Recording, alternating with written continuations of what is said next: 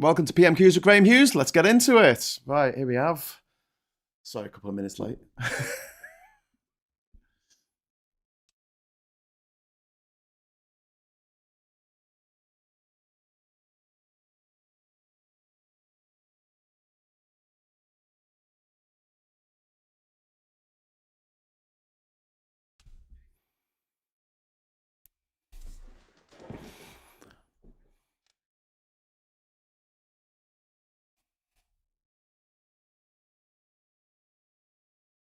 I'm going to speed things up a little bit.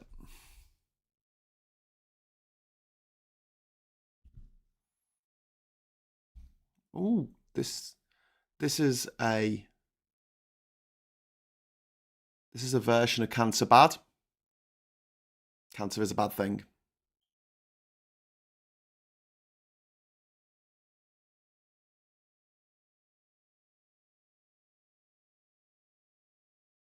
Sorry, I am actually speeding this up because I'm a little bit behind.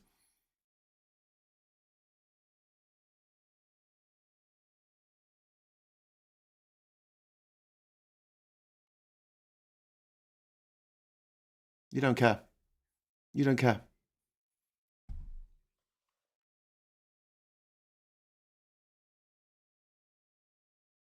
He doesn't care.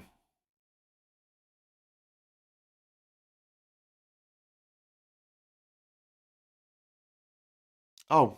And his father also, and all those suffering in this way. Would help. Mr. Speaker, I can't let today pass without saying how saddened I was by the tragic death of Bronson Battersby, aged just 2, who died in heartbreaking circumstances in Skegness. I know that this House will join me in sending our deepest sympathies to his family. Mr. Speaker, the government has been forced to admit that it has lost contact with 85% of the 5,000 people earmarked for removal to Rwanda. Has he found them yet? Prime Minister. Mr. Speaker, what I can tell the honourable gentleman is that in spite of him blocking every single attempt that we have taken, we have managed now, because of our actions, to reduce the number of people coming here by over a third last year, remove over 20,000 people from this country back to their home countries, carried out 70% more illegal enforcement raids, arrested hundreds of people, closed down thousands of bank accounts, and processed over 100,000 cases, the biggest number in over 20 years, Mr. Speaker. That's because on this side of the House, we want to stop the boats, we have a plan, it's working, and with him, we would just go back to square one. Oh, do you know what he just said? He said Labour will be worse. 4,250 people. Then you remember that this is the government that scrapped HS2, but the costs are still I've rising got it by on, billions. I've got it This is the sped government up. that spent £400 million Because I'm of taxpayers' behind. money on a Rwanda scheme, yet can't deport a single person. And this is the government that waged a week-long war on the Greek Prime Minister for reasons known only to themselves. And suddenly are reminded that, of course, this a week-long war on the government Greek Prime Minister could lose the people it was planning to remove. But he didn't answer the question, so I'll ask him again. Where are the 4,250 people that the government has lost? Where are they? Yeah. Mr. Speaker, as I said, we've actually identified and removed over 20,000 people from this country back to where they belong. But he asks these questions about the Rwanda scheme, Mr. Speaker. It is important that we get this up and running, because it's important, as the National Crime Agency say, that we have a working deterrence to resolve this issue. That's indeed how Australia solved this problem, and that's how Albania has worked for us. But we know he asked these questions, Mr. Speaker, about the detail of these things, but we all know he doesn't actually care about solving this problem, and we know this. Because when the BBC asked him, about the Rwanda plan, they quizzed him, they said, if the numbers crossing the channel on small boats decline, i.e. so it's working, would you still reverse it? The Labour leader said yes. It's crystal clear he doesn't have a plan, and it will be back to square one. Mr. Speaker, I think that counts as Labour will be worse. Again.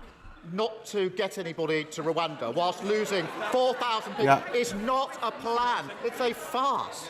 Only this government has wasted hundreds of millions of pounds on a removals policy that doesn't remove anyone. Only this government could claim that it's going to get flights off the ground, only to discover they couldn't find a plane.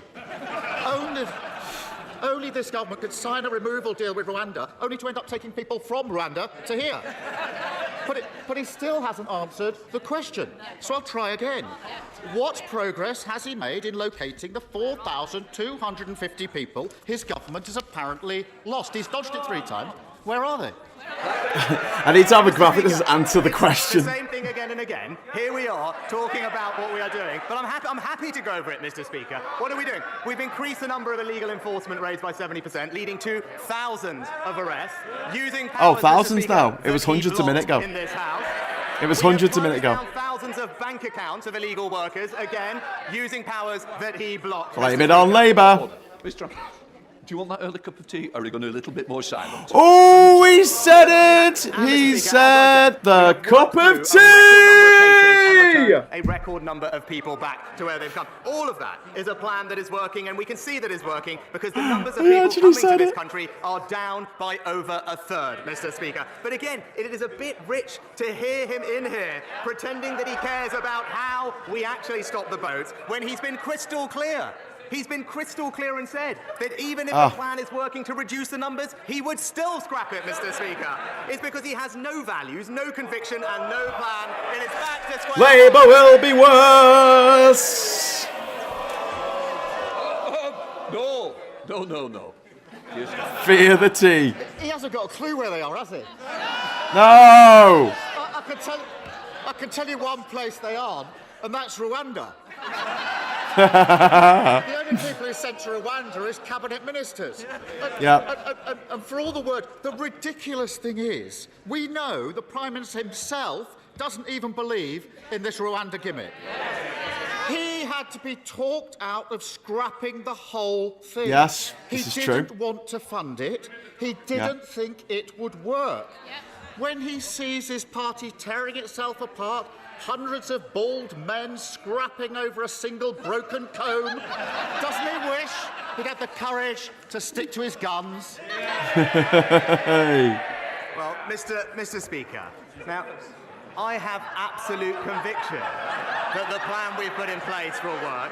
Absolute conviction, because I believe it's important that we grip this problem. Now, he spends a lot of his time in this House grip this talking problem. He hasn't got a about grip. his time as a lawyer, Mr. Speaker, and I would urge him to listen to them, because Lord Wolfson has said that our bill severely limits the...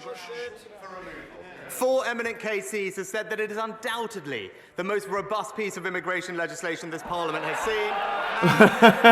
Mr. Speaker, Really robust. I want to hear what the Prime Minister's got to say. It breaks international law. Because it matters to my constituents, those who feel it doesn't matter to those. Please leave, Prime Minister.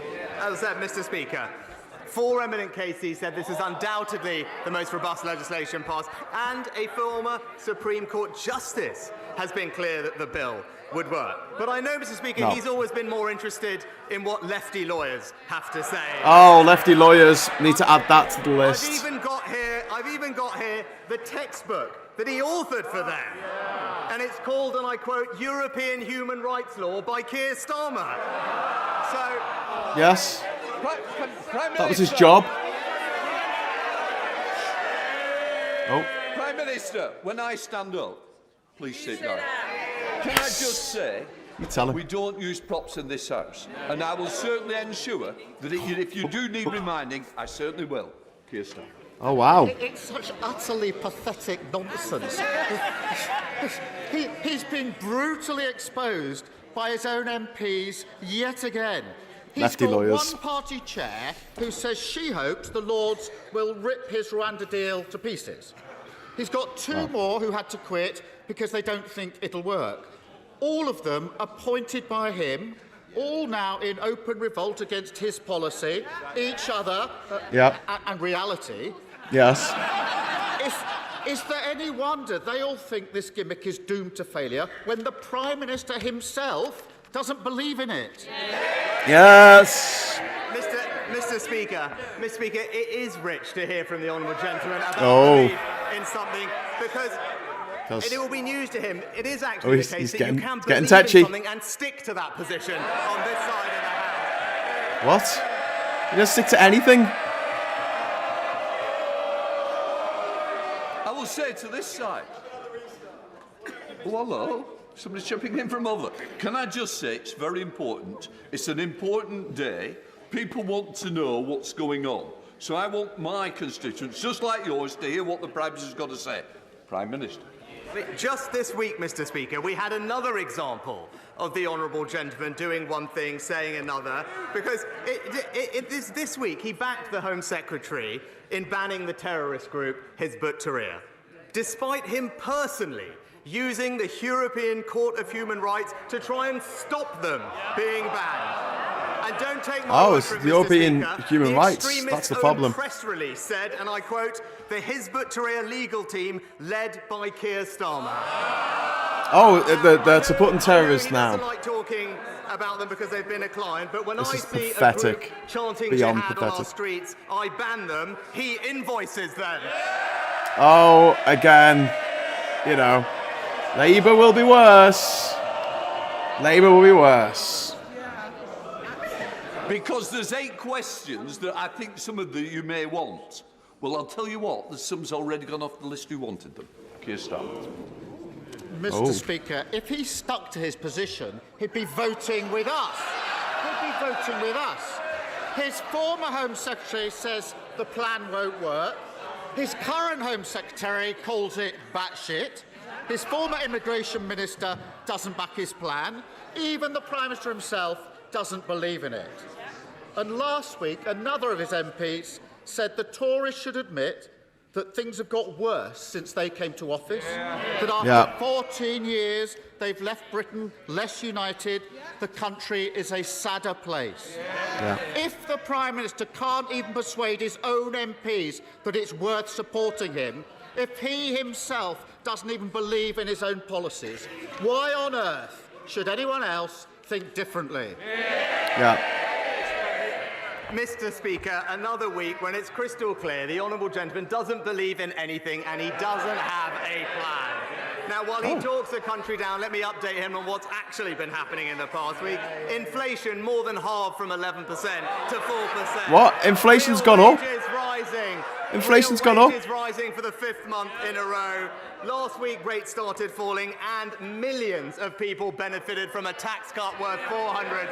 Oh, there was a tax cut. To square one with a Cut 28 billion pound taxes. Let's stick with a plan that's delivering a brighter future for Britain. He said it! He said delivering! Mr. Speaker, it's against the law to silence victims of crime, but that's exactly what the Post Office did through the use of non-disclosure agreements. And this is just the most recent case of NDAs covering up mismanagement, misconduct, and even crimes at work. Will my Let's get rid of NDAs. Prime Minister I agree with you. consider banning their use in all severance agreements once and for all? Yeah, that's a good point from a Tory. My honourable friend Do is that. right to raise an important point, and the ability to speak out about things is key to unlocking justice. And while NDAs can have a place, my honourable friend is right to say that they shouldn't be used to stop victims of crime, in particular getting the justice that they deserve. I can tell her that the Ministry of Justice are carefully considering how to best address this issue, including legislation, and I know that my right honourable friend, the Justice Secretary, will keep the House updated on further progress. Leader of the SNP, Stephen Flynn. Sorry, before I go forward, Richard, this is a commentary on what they're saying. So if you don't want the commentary, go and watch it on the BBC or Parliament Live. All right, because then I won't talk over them. Do you see? Dickhead. Mr. Speaker, when people thanks very much, woke up Lefty to Boater. homes that they can't afford to heat with mortgages that they're struggling to pay, to news that inflation is once again on the rise, they'll have looked to Westminster for answers. And instead they find a UK government which is tearing itself apart over how quickly it can send vulnerable people on a plane to Rwanda. Surely the Prime Minister must understand that the anger that some of his own backbenchers have towards him is no comparison to the anger that the public have towards his party. Mr. Speaker, if the honourable gentleman did care about supporting working families to pay their bills, to pay their mortgage, why on earth is the SNP making Scotland the highest tax part of the United Kingdom, where the average, Mr. Speaker, not the wealthiest, where the average worker in Scotland is now paying more tax than they do in England? Of course, Mr. Speaker, when it comes to the Rwanda bill, the reality is that if you want to stop the smuggling gangs, you should introduce safe and legal routes. But instead, the Prime Minister is seeking to weaponise some of the most vulnerable people in society. It is straight out of the cruel and callous right-wing extremist playgroup. His time in office is fast approaching its conclusion. Does he seriously want this to be his legacy? Yeah. Well, Mr. Speaker, as I said, it is important that we stop the votes because illegal migration is simply not fair, Mr. Speaker. It's not right that some people jump What? the queue. What queue? There is no queue! There is no queue! You don't allow a queue! Are exploited by gangs, and many of them lose their Yeah, lives. I'm making exploited these by dangerous the crossings. gang of So bloody I toffs in completely charge. disagree with the honourable gentleman. The fair and the compassionate thing to do What? is to break these criminal gangs, and that's why we're going to stop the votes. Just to stop it there, Chris Bryant made a very good point yesterday. If people are not discouraged from getting in a boat by the fact they may freeze to death and drown in the channel, then the idea that there's a 1 in a million chance of them being sent to Rwanda is not going to be much of a dissuasion method for them to not get in the boats in the first place. Stephen Flynn's absolutely right. The way to stop people coming across in boats is by giving safe, legal passages. And when he says to jump the queue, that is just a racist dog whistle from the Prime Minister there, because there is no queue, and he fucking well knows it. Thank you, Mr. Speaker. Unexpectedly, 5 months ago, I had a heart attack. And thanks to the swift action of the NHS emergency services, it was caught early. So 1 stent operation later, I was on a swift path to rehabilitation and recovery and stand here today fighting fit and a bit lighter too. So along with encouraging everyone to visit the British Heart Foundation website to understand the early warning signs and get fantastic resources to help them, would the Prime Minister also join me in personally thanking everyone who helped to save my life and help me recover, including the East of England Ambulance Service, the teams at Watford General and Harefield Hospital, the cardiac rehabilitation teams, and everyone who supported me, especially my family and my team, some of whom are in the gallery today, who helped ensure that I continue to deliver for the great people of Watford. Sad story, but he did say delivering. I thank my honourable friend for sharing his story, and I know the whole House will be delighted to hear that he's made a swift recovery. We all wish him good health for the future as he resumes his excellent campaigning on behalf of his constituents in Watford. And I also join him in thanking our fantastic NHS staff for the life-saving work that they do up and down the country. We're backing them with record resources, from our doctors to our ambulance service. We are all in this House truly grateful for what they do. Caroline Lucas. Thank you very much, Mr. Speaker. Caroline. Until the UK government calls for an immediate ceasefire, it is complicit in the horrors in Gaza. Not my words, but those of the head of Oxfam, who, like every single agency trying to operate on the ground, is clear that aid can't be effectively delivered while fighting continues. More UK aid is, of course, welcome, but even when it does get through, it can result in what one Palestinian aid worker calls bombing us on full stomachs. 24,000 people have already been killed. So can he tell us what will it take for him to back a permanent bilateral ceasefire? Mr. Speaker, of course, we want to see a peaceful resolution to this conflict as soon as possible. A sustainable, permanent ceasefire with an end to the destruction, fighting and loss of life, release of hostages and no resumption of hostilities would of course be the best way forward. But in order to achieve that, a number of things need to happen. Hamas would have to agree to release all the hostages. Hamas would no longer have to be in charge of Gaza, and the threat of more rocket attacks from Hamas into Israel would have to end. And the Palestinian Authority, boosted with assistance, would need to return to Gaza in order to provide governance and aid. That is the sustainable ceasefire that we will work very hard to bring about. Nick Fletcher. Thank you, Mr. Speaker. Mr. Speaker, today I was unsure whether to raise a national issue, such as the desperate need for a Minister for Men, or a local issue, such as Doncaster's need for a new hospital, or They Edmonton all look for like a new Gammon or leisure Undertakers. centre. He looks like an But I thought the Undertaker. best thing I could do is ask the Prime Minister to come and have a tour of Doncaster. And while I'm showing him around my hometown, I can press the need for a Minister for Men, I can show him the site for a new hospital, and I can introduce him to the people of Edmonton so he can discuss their new leisure centre. So will the Prime Minister accept my invitation? Hello. Well, thanks to Having my our peas honourable at me and friend's the wife. fantastic campaigning on behalf of his constituents. What's that about? The City Council What? has received, I think, more than £80 million in levelling up funding to support Is its that- regeneration is that projects. record And spending? most recently, Doncaster has been awarded £20 million in our long-term plan for towns over the next 10 years, which I know he is working very hard to make sure is prioritised for local people. I would be delighted to discuss those projects and his other ideas when I come and visit him as soon as my diary allows. Julie Elliott. Thank you, Mr. Speaker. 71% of requests for funding from the Community Ownership Fund aimed at saving libraries, pubs and village halls have been rejected since 2021. It pits communities against each other and does nothing to address the underlying causes that sound have like led John to the loss Major. of these much-loved assets. When will the government offer more than a simple sticking plaster for our towns, high streets and communities? Prime Minister. Well, Mr. Speaker, I set up the Community Ownership Fund when I was Chancellor, and it is doing fantastic work, funding hundreds of projects across the country, including, I believe, one in the Honourable Lady's own constituency, back on the map scheme. It is there to support local communities to take over assets, whether it's pubs, village halls or other community assets, and it's doing a fantastic job. It's right that there's a competitive process because we want to make sure that that money is deployed in the areas where it can make the most difference. Greg Smith. Thank you, Mr. Speaker. Overcrowding on Chiltern railways has become a daily misery for commuters from stations like Hadnam and Tame Parkway and Princess Tories Whisper being in in my charge has been a constituency, the root bloody cause of misery. which is an He looks like an ageing fleet undertaker as constantly well. breaking down and shorter trains having to be run. There are proposals on the table for both short-term additional capacity and long-term fleet renewal. So will my right honourable friend, the Prime Minister, instruct the Department for Transport to fast-track those proposals so we can end overcrowding on Chiltern? Prime Minister.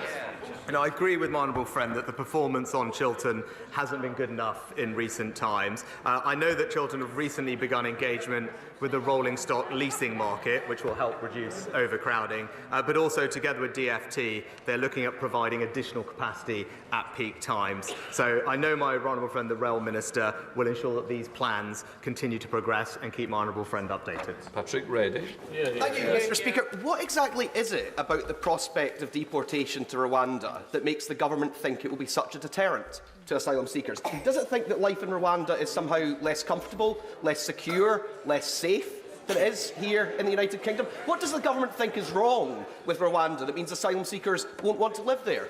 Speaker, it's not that there's anything wrong with it, it's just that it's not the United Kingdom, Mr. Speaker. And I have to point out to the honourable gentleman that deterrence works. We know that it works. No, it doesn't. Because our scheme with Albania has ensured a 90% reduction in That's because you can arrivals send from people that back country. to Albania who are not actually. I know Oh my God. right honourable friend, the Prime Minister, is committed to Oh, energy God. security and the development of renewables, as am I, and that's why Sizewell C started a DCO this week. However, there are plenty of other developments which are happening on greenfield sites where CPOs are planned to Gonna have be to used put the by gammon National sign Grid up. to plough up Gammon! fields used for food, but also tree production as well. When there are brownfield sites already available connected to the network, You are a brownfield National Grid site. is refusing to publish its study of Bradwell and why they deem it would not be suitable for this connection of offshore wind farms and interconnectors.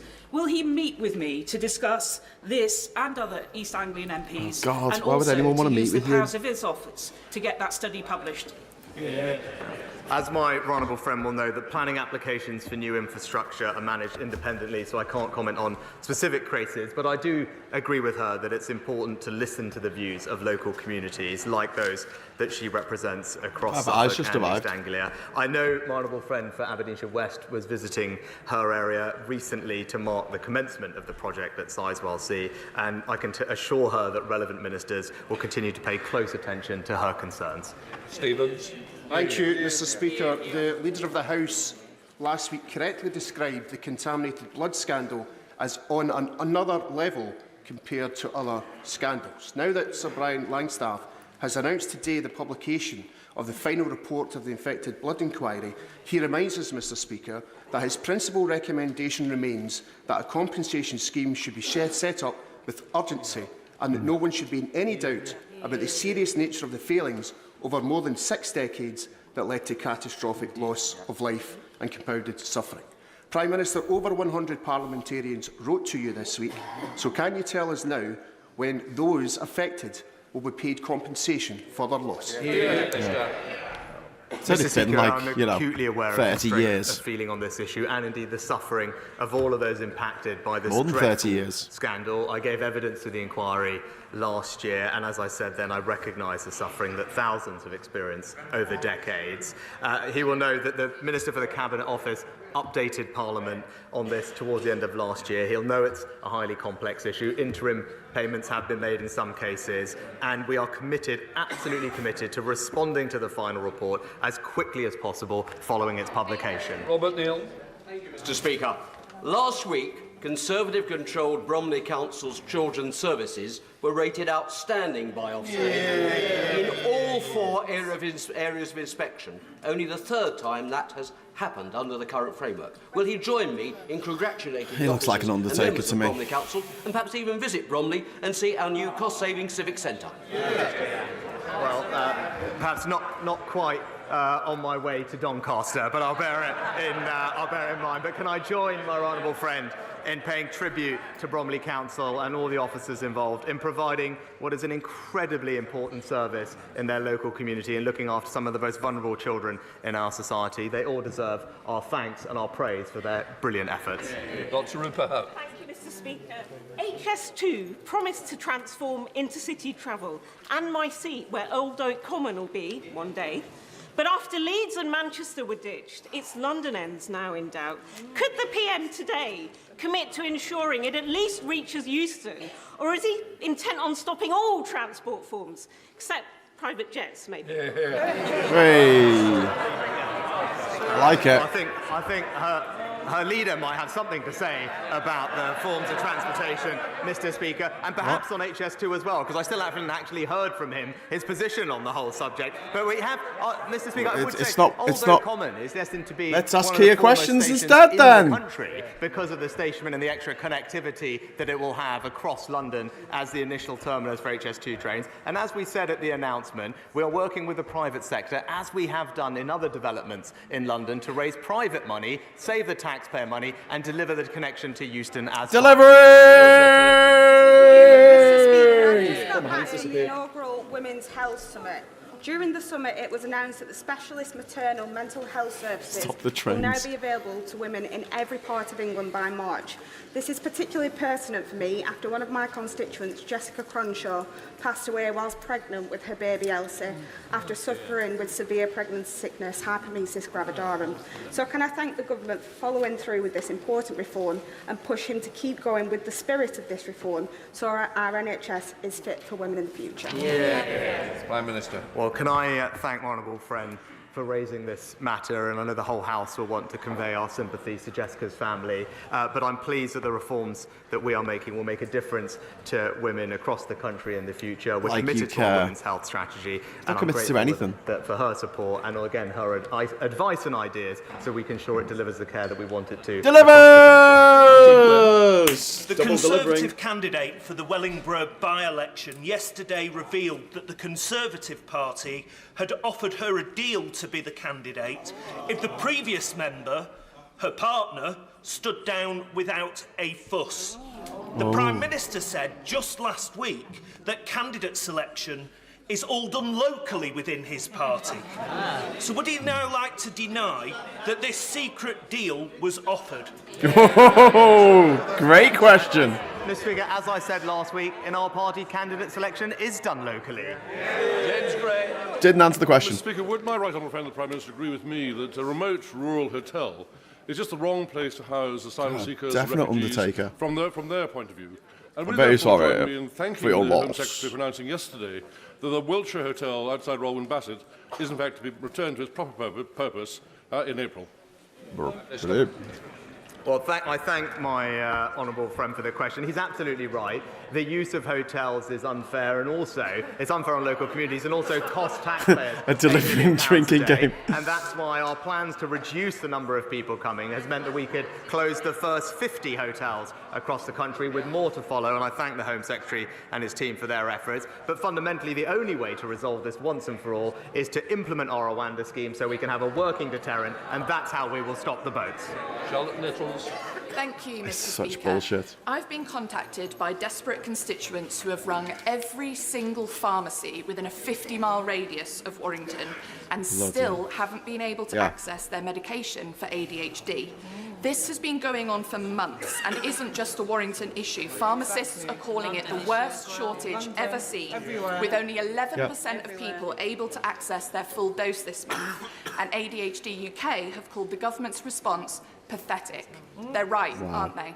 Yes. So I'm very sorry to hear about the situation in the Honourable Lady's constituency. The No, Health it's Secretary all over the obviously country. heard what she said, And you're not is in sorry. touch with the relevant drug bodies to make sure we can have the provision of ADHD medicine to all of those who need it. That's a non-answer, For wasn't around it? a decade, over 200 of my constituents in the Mill complex in Ipswich have been caught in the cruelest form of limbo. There's deep structural problems with the building and cladding problems. What A few hell? years ago, they got about £15 His million name is Tom out Hunt. of court settlement Wow. to make a contribution towards the cladding cost. The freeholder, NAMA, the Irish financial entity set up after the Irish banking crisis, Rah, rah, rah. ran away with that money, putting Did my they? residents and my constituents back in square one. He's with a bit little to no gammony, isn't hope. he? Will the Yeah. Prime Minister talk to Gammon! to raise this immoral case and also meet with me to discuss a way forward for my constituents, who I meet with every week? Prime Minister. Well, I'm very sorry to hear about my honourable friend's case, but I'll ensure that the government looks into the details and gets back to him in shortest order about how we can support him and his constituents. Martin Doherty's first question. Number 10, Mr. Speaker. I don't know what the question Mr. is. Speaker, I have repeatedly expressed my commitment to joint working with the First Minister of Scotland to deliver for the people across the country. Martin Doherty. Delivering! Mr. Speaker, while there's rightfully been much attention paid to the Post Office Horizon scandal, there is another shocking example of government and private sector collusion that began under the last Labour administration and continued under the Tories.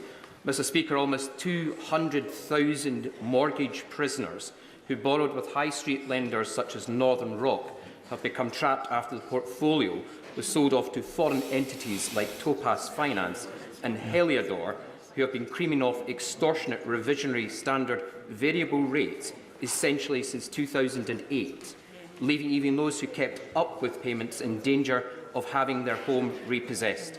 200,000 aspirant homeowners have had their dream taken away from. So can the Prime Minister, instead of playing catch-up with like he is doing with the Post Office scandal, meet with me and campaigners to discuss what more can be done for mortgage prisoners?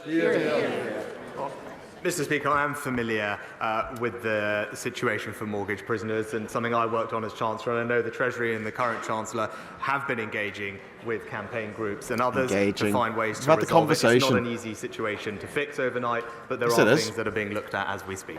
That was a non-answer. Mr. Speaker, yesterday the Scotch Whisky Association published a report looking at the economic impact of the sector, not just in Scotland but across the whole of the UK. Thanks, David. Some of the highlights included that in 2022 they generated £7.1 billion in gross value added, £2.1 billion He's has a been bit invested in gammony, capital isn't projects. he? I need another thing that says and Royston Vasey. 2022, and He's a bit more 41,000 League of jobs Gentlemen, are isn't he? supported by the sector in Scotland, including 1 in 9 in my Murray It's a constituency. local Does the shop Prime for Minister local people. agree that supporting the Scotch whisky industry in the forthcoming spring budget and beyond is a correct priority for this government?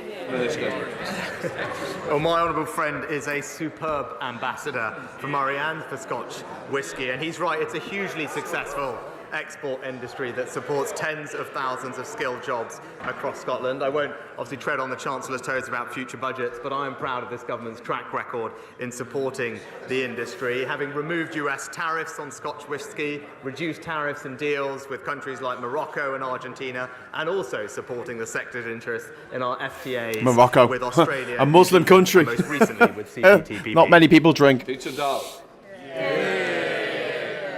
How about improving The Prime Minister's the been very relations with the keen EU? to take credit for falling inflation in previous months. Will he now take responsibility for today's rise? Hey! Nice one. Mr. Succinct, Speaker, like Mr. that. Speaker, Killer. inflation was over 11% when I got this job. Inflation today is 4%, Mr. Speaker, in common gone up. with the US, France, Germany. Oh, all countries right. have seen a mild tick up in December. Everything is All great countries then. have. But the Yeah. crucial thing is that inflation has been more than halved, delivered ahead of schedule, and that Delivered! has been a benefit to families up and down Then the we got a country. world record for delivering this week. Reversed by his party's plan to saddle them with £28 billion of tax. Oh, that he just said it! Labour will be worse! And he did actually mention Mr. Speaker, I'm a keen the park runner 28 in Warsaw, billion. but I'm also part of the core team of volunteers that recently brought Parkrun to Tamworth. So in the 20th anniversary year of Parkrun, will the Prime Minister join me in encouraging other towns that don't yet have a parkrun to get one? Prime Minister. Well, it's great to hear that my honourable friend is an avid park runner, and I thank him for actually volunteering to the people of Tamworth. That's the to question enjoy he wants to one too. ask. I completely agree with That's him. the question he I wants had to more time ask I with was all that's going regular on in the at world. Northampton Park Run and the Junior Park Ah. Run, which I recommend for those with children. It is a fantastic and accessible way to get people moving, and I join him in encouraging everyone to get involved in his local area and beyond. Daisy Cooper. Thank you, Mr. Speaker. At the last general election, residents in West Hertfordshire were promised a new hospital, but we are still waiting for the green light and having to put up with broken lifts and overly crowded treatment wards. In other parts of the country, there are entire hospital buildings that have had Don't to be blame you, closed down, Bernie. like the one in Stepping Hill in Stockport, because they are structurally unsafe.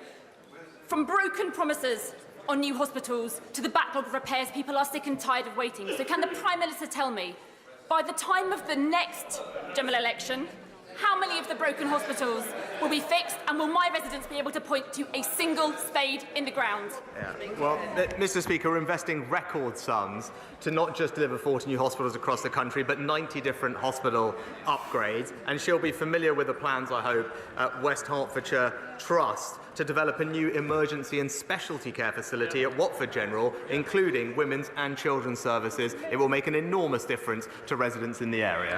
Leave it. Thank you, Mr. Speaker. A recent BBC News article raised fears that Blyth could become a ghost town. So as that we was see our none, shopping centre then. closed to be replaced by a new higher education facility. Residents are right to be concerned, and I have personally seen decades of Labour neglect and decline in our town. Oh, it's all Labour's fault. This Conservative Blame government it on has invested Labour. hundreds of millions of pounds to level up my constituency with spades in the ground as I speak here in the House of Commons. Can my right honourable friend assure me that the rebirth of our towns will continue as a key focus of this Conservative government? What a load of nonsense. Well, my honourable friend is absolutely right, and I commend him for being such a strong advocate for Blyth. And nearly half He's of gonna the lose recent his job. Towns Fund has been distributed to northern regions in England to level up constituencies like his own. Half. And that is the difference. As he said, Half- after years, half's if not gone to the decades, north. of neglect under the party opposite, it's this government that is Oh, levelling up right, across it's our all country. Labour's fault. Let's blame Labour. It's all Labour's fault. I'm very grateful, Mr. Been in charge for Speaker. 14 in years. June 2022, to some fanfare, the government announced the approval of £41 million for a package of works for the restoration of the Tyne Bridge, which is the route of the A167, the old A1, and it connects Gateshead with Newcastle city centre, and is instantly recognisable around the world as an emblem of Tyneside. However, the funding is still awaiting sign-off within the Department of Transport, and work cannot progress. That's so interesting. Given the scale and the complexity of the work that's required, and the significant additional cost implications if funding doesn't come forward, can we actually have the money, please, to get on with the work so that the bridge will be ready for its centenary celebrations in 2028? Well, Mr. Speaker, I'll ensure that the relevant minister gets back to him with an update on the project, and I'm pleased not just investing in that project in his area, but also following on from the last question, I know his area has received levelling up funding worth £20 million to help transform the visitor economy in Gateshead. Yet more example of this government investing to level up across the north and across the country. Half the money That to the completes north. Prime Minister's questions. Oh my God. Well, that was all kind of painful, wasn't it? Mate, why do we put ourselves through this? Seriously. Right, let's get rid of that. Okay, so there you had the non-answer. What would you call it? Like the non-answering segment. You can't call it Prime Minister's questions. Well, I suppose it is because they do question the Prime Minister. He just doesn't answer any of the questions that are put to him. Will Corbyn win the big bingo prize? Yeah, I do have an emergency Corbyn button, which I'll break open if necessary, but he hasn't done it in the last 2 weeks. So I've got some new titles to make. I've got Lefty Lawyers. I've got Surprise Hoyle. I think I'm going to make a Surprise Hoyle when he actually does something useful. Royston Vasey. That's going to have to be a new one to go with my Gammon and Undertakers. Performative Bollocks. That's definitely going in there. And I think we need a Gammony Undertaker for someone, because all Tory MPs have a look like Gammon or Undertakers, and there are some that are Gammony Undertakers, so I need that there as well. Yeah, there's I've put some in there that I didn't actually use. We've got World Beating. They didn't actually say that this week. Transphobia, that wasn't mentioned this week. That makes a change. Ongoing investigations. I can't say anything because the ongoing investigations. And happy to meet. That's another thing. I'm happy to meet. Whatever. Well, I don't know who you are and what you're talking about, but I'm happy to meet. Yeah, I'll arrange something. I'll get back in touch with you. Just stop Hoyle, says Don. Do that. This is fair enough. Okay, so I like that because it's like oil, but just stop. Up and down the country. Levelling Up should probably be in there as well. I mean, that was hilarious. He actually said the quiet bit out loud, didn't he? When he said half the Levelling Up funding has gone to the North. And it's like, the North needs it more, so shouldn't it be getting more than half? So is some of that Levelling Up funding going to London? I don't think it's as necessary in London. I know there are deprived parts of London, but at the same time, the North is really suffering, and for every £1 spent on transport in London, public transport, we get about 16p spent up here in the Northeast. So, you know, but levelling up is just a Tory buzz phrase. It doesn't actually mean anything. No transphobia, just complete indifference to ADHD and HRT. Shortages, says Grimfank. Yeah, he just doesn't care. Oh yeah, I'll look into that. Hoyle can only enforce the will of the House. This is part people miss about Bercow when he empowered Eurosceptics and Remainers alike. Phone box chicken says, now up to the Tory rebels to cause havoc and vote down the Rwanda plan. Come on, give us some more entertainment. Yeah. If it wasn't directly affecting the lives of people, and you know, if there was nothing else happening at the moment, if there was no drug shortages, if there was no waiting list for the NHS we're speaking of, if there was no people having to drill their own teeth, then there could be an argument made that this is quite entertaining, that they're wasting political parliamentary time on Rwanda, which isn't going to work. Like, it's not going to work. Even if it worked absolutely beautifully the way they wanted it and they managed to deport hundreds of refugees to Rwanda, it will not stop the boats.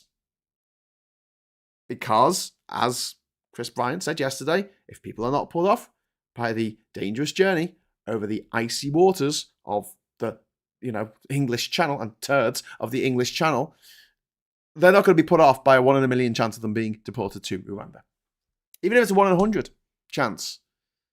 It's barbaric what the Tories are doing. And the SNP have said it, the Lib Dems have said it, the Greens have said it, Labour have said it. Everyone said it. We need safe routes. It's a simple way. We have safe routes, and then people can come into the country without having to get on a little boat. We can have a processing centre set up in France, and they're choosing not to do this. So I'm going to be watching Parliament pretty much the rest of the day. I'll be making a video later about what happens, so please look out for that. Phil will be back in the morning. I don't know if any of you were listening to LBC this morning. I think someone mentioned it in the chat earlier. Phil got a massive shout out on LBC, which is then followed up by James after the break, where he said, I've got a lot of messages, a lot of love coming in for Phil. So if you're not already subscribed to Phil Morehouse, A Different Bias, please subscribe to his channel. He is probably one of the best, if not the best, political commentator in the country right now. And I don't say that lightly. I'd rather watch Phil talk about stuff than the rest is politics, the news agents. I mean, even James O'Brien kind of gets up your nose a little bit. But, Phil, he tells it like it is. He's a droll Yorkshireman. It's just like, calls a spade, calls a Tory A word I can't say on this channel, or I'll get demonetized.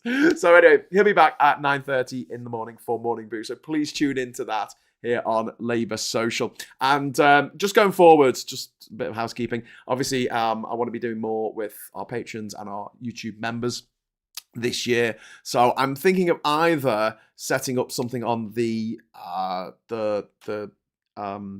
Discord server, which we discussed before, or what might be a little bit more popular, I'm thinking of doing Wednesday night Zoom calls.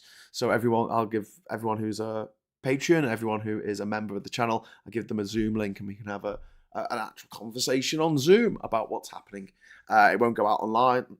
It'll be a private conversation pretty much, apart from all the other people on the Zoom call. But yeah, if you would like that to happen, let me know. Put it in the chat. Anyway, it was Phil that made me start my channel, Labour Social, that says Countdown to Power. Yeah, because he's brilliant. Remember the last Ginger PM? Oh, God. It would have been Maggie Thatcher, wouldn't it? Anyway. O'Brien shows his private school quite regularly. Well, you know, he doesn't shy away from it. He doesn't shy away from it, so I'll give him that. But he's like a smoker who thinks they should ban smoking in pubs because he understands that it's not good for people to smoke in pubs, but he's going to continue to smoke in pubs until it's actually banned. So his children go to private schools, I think. I like Phil. He does a great job when it comes until it comes to Scotland, and he's a raging British nationalist. That's from Ted Boy. Well, he's a unionist, isn't he? He wants not in the Northern Irish respect, but in the idea that he wants Britain to stay together as a country. Whereas I'm a bit more like, I think Scotland should go its own way. Thank you very much, because of the shit that England has pulled, not least dragging Scotland out of the EU against its will. And, you know, if push comes to shove, Scotland's only a day's walk from where I live here in Durham. Well, 24-hour hike, which I could do. You know, if push comes to shove, I'd like there to be another country that I can flee to if the Tories ever get back into power again. But a worse iteration of the Tories. Anyway, that's your lot for today. So thank you very much for watching. Thanks for the super chats. Thanks for all the chat. And until next time, I'll say hello, good evening, welcome, and goodbye.